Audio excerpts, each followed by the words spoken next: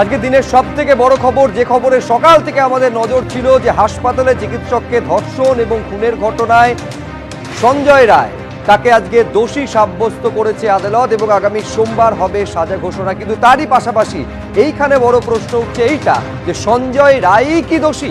মানে শুধুমাত্র সঞ্জয় রায় কি এই সংগঠিত অপরাধের জন্য একা দায়ী, নাকি এর পেছনে অন্য শরিকরাও রয়েছে?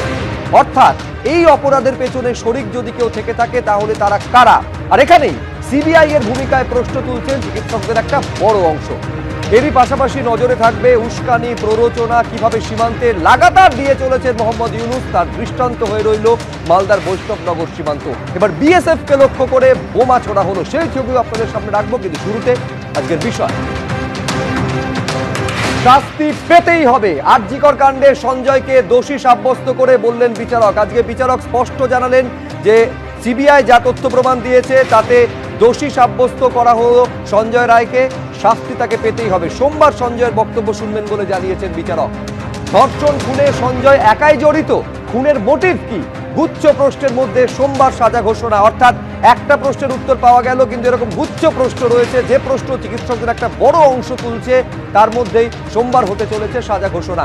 বিচারের প্রথম সিঁড়ি পেরোলাম, সর্বোচ্চ সাজাই চাই, দাবি নির্যাতিতা চিকিৎসকের পরিবারের। নির্যাতিতার বাবা আজকেই দাবি করেছেন। বৃহত্তর ষড়যন্ত্রে বাকিরা কেন অধরা? আরজিকর কাণ্ডে প্রতিবাদ মিছিল অভয়া মঞ্চের।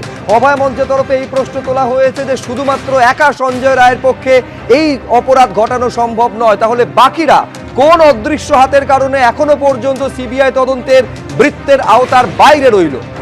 5 দিনে তথ্য প্রমাণ লোপাট পুলিশের, দাবি সুকান্ত মজুমদারের। রায়ে প্রমাণিত সঠিক ছিল পুলিশই, আজকেই রায় আসার পর দাবি করছেন কুণাল ঘোষ। এবং আমাদের নজর থাকবে ফের টার্গেট বিএসএফ। এবার সীমান্ত পেরিয়ে এপারে বোমা পাথর বৃষ্টি, 2 জন বিএসএফ জওয়ান আহত হয়েছেন এই ঘটনায়। এবং পাশাপাশি এই প্রশ্ন আমরা সমানভাবে তুলব, প্রথম কাঁটা তারে বাধা প্রথমে দেওয়া হয়, আর এবার অনুপ্রবেশের চেষ্টা বিএসএফ এর তরফে তাড়া করা হচ্ছে।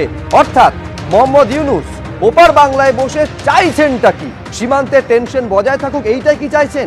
এই প্রশ্ন তার কার্যকলাপে বারে বারে সামনে আসছে। কিন্তু শুরুতে দিনের সব থেকে বড় খবরে আরেকবার নজর রাখবো। আরজিকর মেডিকেলে ধর্ষণ খুনের ঘটনায় দোষী সাব্যস্ত হলেন সঞ্জয় রায়।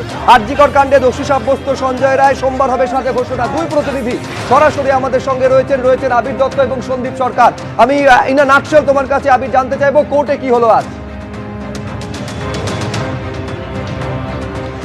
আজকের কোর্টে আদালতে কিন্তু বিচারকের তরফ থেকে সঞ্জয় রায়কে জানিয়ে দেওয়া হলো যে তথ্য প্রমাণ সিবিআই তরফ থেকে দেওয়া হয়েছে সেই ভিত্তিতে তাকে দোষী সাব্যস্ত করা হচ্ছে। সঞ্জয় রায় সে নিজে সব রকম চেষ্টাই করলেন যে কোর্ট কক্ষে দাঁড়িয়ে যে সে কিছু করেনি সেটাই বলার জন্য একাধিক মন্তব্য। সোমবার দিন এই মামলার সাজা ঘোষণা হবে এবং সঞ্জয় রায়ের, এবং তার সঙ্গে সঙ্গে সঞ্জয় রায়কে বক্তব্য কি থাকবে সেই বিষয়টাও আদালত শুনতে পারে, এমনটাই জানা যাচ্ছে।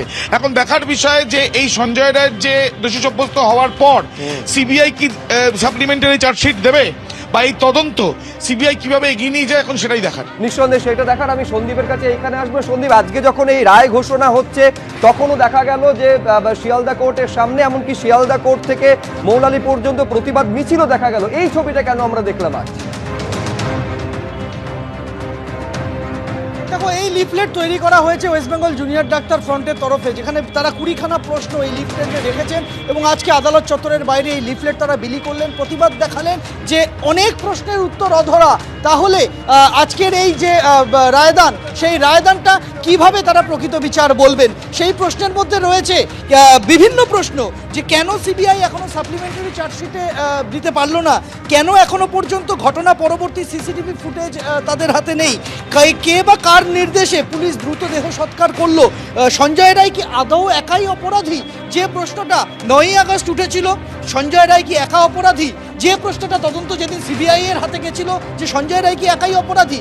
চার্জশিট পেশের দিন একই প্রশ্ন উঠেছিল, সঞ্জয় রায় কি একাই অপরাধী? আর আজকে যেদিন রায়দান, সেদিনও একই প্রশ্ন উঠলো, সঞ্জয় রায় কি একাই অপরাধী? একেবারে এইটা সব থেকে বড় প্রশ্ন, সঞ্জয় রায় কি একা অপরাধী, নাকি এই অপরাধীদের অন্যতম সঞ্জয় রায়? সেটা যদি হয়ে থাকে বাকিরা তাহলে কোথায়? আমি এই নিয়ে শুরুতেই আসতে যাবো ডক্টর অর্জুন দাশগুপ্তর কাছে। ডক্টর দাশগুপ্ত, আমি বলছি যখন এই ঘটনাটা প্রকাশ্যে আসে 9 তারিখে, 9ই আগস্ট, প্রথম দিন থেকে সুবিচারের দাবি থেকে শুরু করে অনশন, স্বাস্থ্য ভবন অভিযান, মুখ্যমন্ত্রীর সঙ্গে বৈঠক, লালবাজার অভিযান, রাত দখল, এমনকি আপনাদের মতন যারা সিনিয়র চিকিৎসকেরা তারা জরুরি পরিষেবাকে চালু রেখে প্রতীকী কর্মবিরতিতে পর্যন্ত গিয়েছেন। আজকে কি দিনের শেষে মনে হচ্ছে যে সুবিচার পাওয়ার যে দাবিটা শুরু থেকে আপনাদের ছিল, একটা সিঁড়ি, একটা স্টেপ অন্তত এগোনো গেল? না, সুবিচারের দাবিতে আমরা যে আন্দোলন চালিয়ে যাচ্ছিলাম সেটা চালিয়ে যাব। অভয়ার বাবা মা যে প্রশ্নগুলো করেছিল সেই প্রশ্নগুলোর উত্তর আমাদেরও চাই। কতজন জড়িত ছিল, তথ্য প্রমাণ লোপাট কে করেছিল, কেন করেছিল, এবং বৃহত্তর ষড়যন্ত্র, এই তিনটে প্রশ্নেরই উত্তর চাই। এবং যে প্রশ্নগুলো বারবার উঠে আসছে, যেগুলো করা হয়েছে কোর্টে এবং সিবিআই কোনো সদুত্তর দিতে পারেনি, যে সেন্ট্রাল ফরেন্সিক ল্যাবরেটরিতে বলা হয়েছে যে ভয়ঙ্কর যুদ্ধ হয়েছিল মেয়েটির সাথে, তাহলে ক্রাইম সিন এরকম প্রিস্টিন, এরকম চকচকে পরিষ্কার সুন্দর করে সাজানো কি করে হলো? এবং যে ডিএনএ এভিডেন্স দেওয়া হয়েছিল তাতে যে একাধিক ব্যক্তির ডিএনএ আছে কি নেই সেটা সিবিআই কিন্তু পরিষ্কার করেনি। এই দুটোই হচ্ছে আসল প্রশ্ন। এই প্রশ্নের ওপর দাঁড়িয়ে এই উত্তরগুলো তো আমরা চেয়ে যাব। এ তো সবে শুরু হলো, সামনে লম্বা লড়াই, আমরা রাজপথ ছাড়ছি না। একেবারে রাজপথ ছাড়ছে না, এটা স্পষ্ট করে দিচ্ছেন চিকিৎসক ডক্টর অর্জুন দাশগুপ্ত। কিন্তু আমি সলিল ভট্টাচার্যের কাছে এইখানে আসতে চাইছি। আমি বলছি এখানে সিরিজ অফ প্রশ্ন রয়েছে যার উত্তরগুলো এখনো অধরা। কিছুক্ষণ আগে সন্দীপ বলছিল যে 20টা এরকম প্রশ্ন জুনিয়র ডক্টরস ফ্রন্টের তরফে লিফলেট বিলি করা হচ্ছে যার উত্তরগুলো এখনো পর্যন্ত পাওয়া গেল না। আমি বলছি ধরুন প্রথমত দুটো প্রশ্ন যদি ধরা যায়, এক হচ্ছে এইটা সিবিআই কেন আজকে 162 দিন পর স্পষ্ট করে বলতে পারছে না যে সঞ্জয় রায় একাদোষী নাকি সঞ্জয় রায় দোষীদের মধ্যে অন্যতম? দ্বিতীয়ত এই যে খুন হতে হলো একেবারে অন ডিউটি একজন ডক্টরকে, মোটিভটা কি ছিল? দেখো, তুমি সিবিআই আবার বলবে কি? The case is ended in report in final form. একজনের এগেনস্টে চার্জশিট দেওয়া হয়েছে। কেন কেন বলছেন? রিপোর্ট ইন ফাইনাল ফর্ম মানে তো ইনভেস্টিগেশন ইজ ক্লোজ। আপনি তাহলে বলছেন এই যে রেপ অ্যান্ড মার্ডার কেসে সিবিআই আর কোনো সাপ্লিমেন্টারি না, এতে সাপ্লিমেন্টারি চার্জশিট হবে কেন? যদি ভবিষ্যতে কোনোদিন কোনো ক্লু রিকভারি হয়, if there is any recovery of further clues, in that case only হবে, but that is there is remote chances. আচ্ছা, এক। 2 নম্বর হচ্ছে, দেখো তোমার ডিজিটাল ভিডিও রেকর্ডার থেকে শুরু করে forensic science, scientific evidence, circumstantial evidences, DNA, সিমেন্সের ডিএনএ ম্যাচ করেছে, semens recovery from the deceased and Siemens collected from the accused matched. তুমি আর কি, জুতোতে ব্লাড, সেই ব্লাডকে ধোয়ার চেষ্টা করেছিল, সেই ব্লাড রিট্রিভ করা হয়েছে, তার সঙ্গে অ্যাকিউজডের ম্যাচ। জামা কাপড়ের রক্ত লেগেছিল, সেটাকে ধোয়ার চেষ্টা করেছিল, সেটা ম্যাচ করেছে। আমি দেখো, আমি being a non medical person, আমি যদি এখন বলি যে what is good bacteria, what is bad bacteria, which bacteria is causing harm to the intestine, which does not, এটা তো আমি বলতে পারি না। সুতরাং একটা নন প্রফেশনাল লোক যদি কেউ এখন as an investigator of a criminal case যদি বলে, সেটা লোকে খাবে, লোকে নেবে, কিন্তু তোমাকে তো you have to be very pragmatic. তোমাকে তো এটাকে বোঝাতে হবে, প্রমাণ করতে হবে। সো আমি তোমাকে যেটা বলছি শোনো, and as far as the disappearance of the evidence and elopement of the evidences, that there has been a separate case. Subhrojit, তুমি জানো that case is still pending, and যে সিবিআই যে ইনভেস্টিগেশন যে কোনো কারণেই হোক, তারা সাপ্লিমেন্টারি চার্জশিট দেয়নি।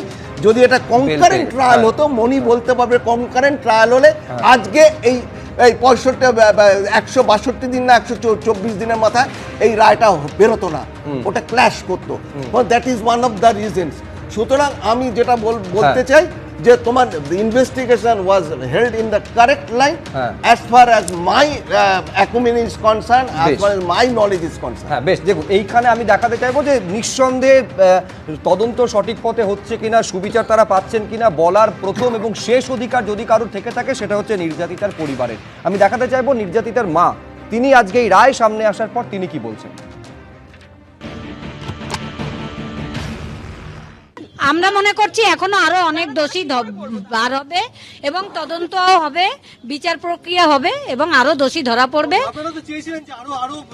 হ্যাঁ, তারা সেটাই বলছি, এখনই বিচার প্রক্রিয়া শেষ হয়ে যাবে না, তদন্তও শেষ হয়ে যাবে না, চলবে। কারো হতাশ হওয়ার কিছু নেই, সবাই যারা আসল দোষী তারা ধরা পড়বে। সোমবার হবে হ্যাঁ, সোমবার সেটা হবে, সেই শুনানিটাও সোমবার হবে, জাজ বলে দিয়েছে না। আমি ডক্টর শারদত্ত মুখোপাধ্যায়ের কাছে এখানে আসতে চাইবো। ডক্টর মুখোপাধ্যায়, একেবারে কলকাতা পুলিশ ঘটনা ঘটার 24 ঘন্টার মধ্যে যে সঞ্জয় রায়কে গ্রেফতার করেছিল সেই সঞ্জয় রায়কে একমাত্র অভিযুক্ত হিসেবে চার্জশিটে দেখালো সিবিআই এবং তাকে আজকে দোষী সাব্যস্ত করেছে আদালত। আজকে তো কুণাল ঘোষ তার মানে সঠিকই বলেছেন যে পুলিশই সঠিক তদন্ত করেছিল। পুলিশের দেখানো পথেই সিবিআই যদি তদন্ত করে থাকে তাহলে পুলিশি তদন্তে আপত্তিটা কোথায় ছিল? ঠিক আছে, এখানে দুটো জিনিস আছে আমি বলছি। প্রথম কথা, ডাক্তার এবং চিকিৎসক হিসেবে বলি, আর জনসাধারণের একটি অঙ্গ কিন্তু আমরাও। আমাদের কাছে তিলোত্তমা বা অভয়া না, চিকিৎসক সমাজের কাছে এখন নতুন শিলমোহর। যেমন ভারত সরকার বা রাজ্য সরকারের আছে অশোক স্তম্ভ, চিকিৎসকদের শিলমোহর হচ্ছে অভয়া। যেরকম অশোক স্তম্ভের নিচে লেখা আছে সত্যমেভ জয়তে, আমাদের চিকিৎসকদের অভয়ার শিলমোহরের নিচেও কিন্তু আমাদের হৃদয়ে লেখা আছে সত্যমেভ জয়তে। এই সত্যের উদ্ঘাটন না হওয়া অবধি আমরা কিন্তু রাজপথ ছাড়ছি না।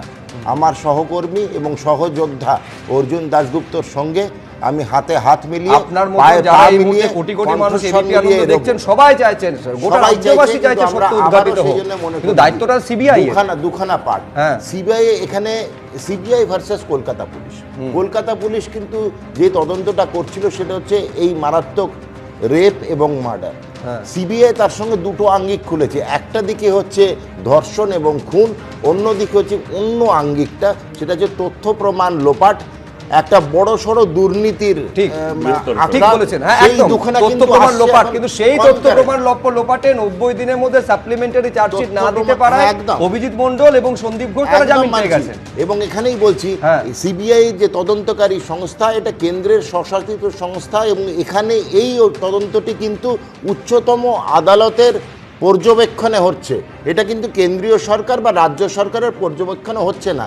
যা যা প্রশ্ন আমাদের হবে আমরা প্ল্যান করেছি, আমরা সোজাসুজি উচ্চতম আদালতের কাছে যাব, তাদেরকে আঙুল তুলে প্রশ্ন করব যে জজ সাহেব আপনার পর্যবেক্ষণে এই তদন্ত চলছে, আমাদের মনে এই প্রশ্নগুলো আছে। আমি বলছি আমাদের মনে প্রশ্ন নয়, আমি ডক্টর মুখার্জি প্রশ্নটা একটা দুটো নয়, 77টা প্রশ্ন।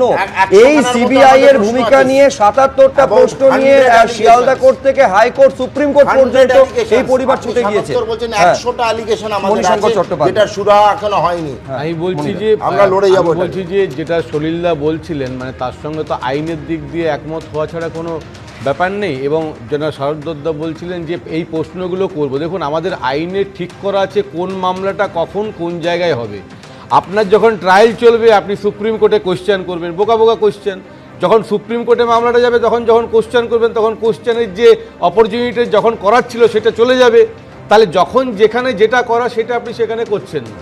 এখন কথাটা হচ্ছে যে এই কনকারেন্ট ট্রায়ালের কথা বলছিল, একটা জিনিস আমি সলিলদার সঙ্গে আমি মানে শেয়ার করতে চাই যে এই দুজন যে চার্জশিট দিল না তাদেরকে কিন্তু অ্যাকুইটেলও ঘোষণা করেনি এখন কোর্ট। তার মানে তাদের ব্যাপারটা এখন পেন্ডিং আছে, চার্জশিটটা যতই দিয়ে দেখ, ফাইনাল ফর্মে চার্জশিটটা যদি হয়েও থাকে তাদের কিন্তু নামটা নেই, সেটা কিন্তু দেখতে হবে। কিন্তু তারা কিন্তু অ্যাকুইটেল হয়নি।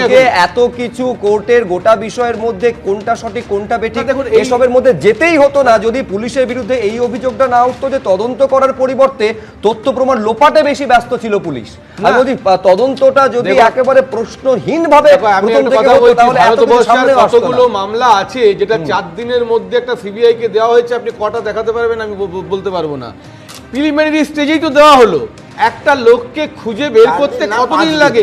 4 দিনের মধ্যে তো ডিটেক্ট করেছে এবং সেই ডিটেকশনটা তো আলটিমেটলি শিলমোহর দেওয়া হলো। কলকাতা পুলিশ যাকে বলেছিল সেটা হলো, তাহলে 4 দিনের মধ্যে সিবিআই কে দেওয়া হলো, সেই 4 মাসে সিবিআই সেটা কিছু করতে পারলো না। যদি তথ্য প্রমাণ লোপাটে এই 4 দিনে কলকাতা পুলিশ করলোটা কি? আমি আবার বলবো, গতকাল এই এবিপি আনন্দর ঘন্টাখানেক সঙ্গে সুমন অনুষ্ঠানে এসে নির্যাতিতার মা বাবাকে এইটা বলতে হচ্ছে যে একেবারে যেভাবে নিজের সন্তানকে তো হারিয়েছি, তারপর পুলিশ আমাদের সঙ্গে যে আচরণ করেছে, আমি চাইবো কোনো পরিবারের সঙ্গে পুলিশ যেন এই আচরণটা না করে। পুলিশের ভূমিকা নিয়ে প্রথম থেকে বারে বারে প্রশ্ন, এইটা কতটা কাঙ্ক্ষিত যারা নিজের সর্বস্ব হারিয়েছেন কিছুক্ষণ আগে। আমি এখানে আসতে চাইবো দ্রুত একবার দেবাশিস সরকারের কাছে। এবং দেবাশিস দা, কোথাও সুবিচার পাওয়ার রাস্তাটা কোথাও একটু সহজ হচ্ছে বলে মনে হচ্ছে কি, নাকি আবর্তের মধ্যে ঘুরপাক খাচ্ছে? না, মূল কথা হচ্ছে যে রাষ্ট্র ব্যবস্থার মধ্যে কোথাও একটা গভীরভাবে সেটিং কাজ করছে, এবং যে কারণে এই দুটো জিনিস মাথায় রাখতে হবে। এই যে বৃহত্তর ষড়যন্ত্র বলা হচ্ছে, এই বৃহত্তর ষড়যন্ত্র এবং রাজ্যের প্রশাসন এবং কেন্দ্রীয় সংস্থার যে তদন্ত সংস্থা, তারা কেউ এই খুন হয়ে যাওয়ার ঘটনাটার বৃহত্তর ষড়যন্ত্রকে কিছুতেই তারা ভেঙে বের করতে পারছে না। মনে একটা বিট তারা, কারণটা একটাই বুঝতে হবে যে টেকনিক্যালি লয়ারের ভাষায় অনেক আলোচনা হতে পারে, কিন্তু এটা আমরা এখানে যারা রয়েছি বা রাজ্যের মানুষ কেউ এটা মানতে পারি, বুঝতে পারি যে একজন ডিউটি করছে এই অবস্থায়, একজন ডাক্তার, এই সঞ্জয় রায় যার নামে আজকে ফাঁসির কথা উঠছে, সে চলে গেল রাত 2টোর সময় বাইক নিয়ে চলে গেল সেমিনার হলে, খুন করলো আর যা যা করার করলো, করে আবার বেরিয়ে চলে গেল। এটা যা হয়। আচ্ছা, আমি বলছি সিসিটিভিতে 68 জনকে দেখা গিয়েছে, কিন্তু একজন ছাড়া বাকিদের একজনকেও আইডেন্টিফাই করতে পারলো না সিবিআই, শুধুমাত্র একটা সরকারি হসপিটাল ক্যাম্পাসের মধ্যে মানে এটা এটা কি করে সম্ভব? সম্ভব? একজন ডাক্তার মাইন্ডেড, একজন অন ডিউটি ডক্টর, তার ক্যাম্পাসের মধ্যে রেস্টরুমে এই ঘটনা ঘটে যাবে, আর আমরা ধরে নেবো যে একটি ছেলে করে চলে গেল। তার সেমিনার হল মাইন্ডেড, এটা কোন ব্যবস্থার মধ্যে দাঁড়িয়ে রয়েছে? এবং যেটা সব থেকে বড় কথা, এই দুর্ঘটনায় হত্যা হওয়ার পর কেন ওই পরিবারকে ওই হ্যারাসমেন্ট গুলো ইটসেলফ কনফার্ম করছে রাষ্ট্র ব্যবস্থা ইনভলভ কোথায়?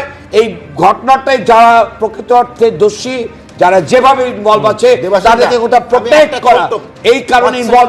এবং কেন সেটিং বলছি, একটা মিনিট, কেন সেটিং বলছি, কারণ রাজ্যের তদন্ত প্রক্রিয়ায় গোটা রাজ্যবাসী, ফরগেট আওয়ার পলিটিক্যাল স্টান্স, গোটা রাজ্যবাসী একটা ধিক্কারজনক চেহারা গিয়ে দাঁড়িয়েছে। বুঝতে হবে যে তার প্রতিটি পদে, বাবা মা থেকে শুরু করে প্রতিটি পদে যে রিফিউজাল হয়েছে, যেভাবে একটা হত্যার ঘটনা, খুনের ঘটনা হওয়ার পর যেরকম ভাবে অবজারভেশনসগুলো হওয়ার কথা ছিল, যে চিত্র আমাদের সামনে আসার কথা ছিল, সেটা ঘটেনি। সেটা না ঘটবার পর পুলিশ পালিয়ে বেড়াচ্ছে তার তদন্তের হাত থেকে বাঁচবার জন্য। কেন পালিয়ে বেড়াবে? 1 মিনিট মনি। দ্বিতীয় কথা হচ্ছে যে এই জায়গায় দাঁড়িয়ে কেন্দ্রীয় সংস্থা আসলো, বিশাল একটা তদন্ত প্রক্রিয়া, প্রচুর আলোচনা। ছোট্ট বিরতিতে যাওয়ার সময় হয়েছে। আমি বলছি কোথাও একটা পুলিশ তদন্ত করছে, রাজ্য তদন্ত করছে, 5 দিন পর তারপরে কেন্দ্রীয় তদন্তকারী সংস্থা তারা তদন্ত করছে এবং দায়িত্ব নিচ্ছে। এই প্রায় ধরুন 162 দিন পর বিচার পাওয়ার একটা রাস্তা কি তৈরি হচ্ছে, নাকি সুবিচার আজকে যেভাবে তদন্ত এগিয়ে নিয়ে যাচ্ছে তার উপর ভিত্তি করে যে রায় কোর্ট দিচ্ছে, আমি বলছি দিনের শেষে যদি দীর্ঘশ্বাস ছাড়তে হয় পরিবারকে, না এর থেকে বেশি দুঃখজনক কিছু হতে পারে না। আমি শুধু তথ্যের খাতিরে একটা বিরতিতে যেতে এখানে দর্শকদের জানাবো, কোর্টে যখন দোষী সাব্যস্ত করছে সঞ্জয় রায়কে আদালত, তখন সঞ্জয় রায় বলছেন যে আইপিএস যা বলেছেন, একজন আইপিএস যা বলেছেন তাই করেছি, আমি কিছু করিনি। আমি বলছি এর মধ্যে কোনো সত্যতা আছে কিনা আমরা সেটা জানি না, কিন্তু সোমবার দিন পুরো কথাটা সঞ্জয় রায়ের কোর্ট শুনবে বলেছে। তাকে ফাঁসানো হয়েছে, আগেও বলেছেন, আজও কোর্টে দাঁড়িয়ে সঞ্জয় রায় বলেছেন। নিঃসন্দেহে এই বিষয়টা আমরা আলোচনার মধ্যে আনবো। আমি এখানে ডক্টর দাশগুপ্তর কাছে আসতে চাইবো। রেপ অ্যান্ড মার্ডার কেসে তো ধরুন একেবারে সঞ্জয় রায়কে দোষী সাব্যস্ত করলো, সোমবার সাজা ঘোষণা হবে। আপনারা বলছেন যে এটা একটা সংগঠিত অপরাধ, আরও অনেকে এর মধ্যে জড়িয়ে থাকার সম্ভাবনা প্রবল বলছেন। মানে এরপরে তাহলে আপনাদের পদক্ষেপ কি হবে, কিভাবে আপনারা এগোবেন ভাবছেন? দেখুন, আমি প্রথমেই যেটা বলবো যে this is the rape and murder of the century. আমাদের পশ্চিমবঙ্গে, বাংলাদেশে তথা দেশে এরকম 100 বছরের মধ্যে ধরে এই ঘটনাটার চর্চা চলবে। তো এত সহজে এটা চাপা পড়ে যাবে না। একটা শিয়ালদা কোর্টে চার্জশিট দেওয়া হলো, কি রায় শোনানো হলো, তাতে এটা শেষ হয়ে যাবে না, এটা চলবে। এখন এটা নানা রকম পাল্টা কেস এবং তারপরে সাপ্লিমেন্টারি চার্জশিট। আমাদের বক্তব্য হচ্ছে সিবিআইকে যে প্রশ্নগুলো করা হয়েছিল, যে মূল দুটো প্রশ্ন, যে এক না একাধিক ব্যক্তি জড়িত, এবং তার পেছনে যে এভিডেন্সগুলো আছে সেটা ওরা বলুক। সিবিআই কিন্তু এখনো পরিষ্কারভাবে জানায়নি। এইখানে প্রশ্ন ডক্টর, আমি মুখার্জির কাছে আসতে যাবো, 5 দিনের মধ্যে এত দ্রুত একটা দেশের প্রিমিয়ার ইনভেস্টিগেটিং এজেন্সি তারা দায়িত্ব পাচ্ছে এবং এই উত্তরগুলোকে সামনে আনতে পারছে না, যে এক্সপার্টাইজ নিয়ে প্রশ্ন উঠে যাবে এবার সিবিআই এর। 100 ঘন্টার যদি তথ্য প্রমাণ লোপাটের সময় কেউ তদন্তকারী সংস্থা, সেটাও তদন্তকারী সংস্থা, 100 ঘন্টার উপর সময় পেয়েছে কলকাতা পুলিশ তথ্য প্রমাণ লোপাট করার দায়িত্ব। তথ্য প্রমাণ লোপাট করেছে কলকাতা পুলিশ, সিবিআই করলোটা কি? এইটাই তো বললাম। না, না, সিবিআই করলোটা কি?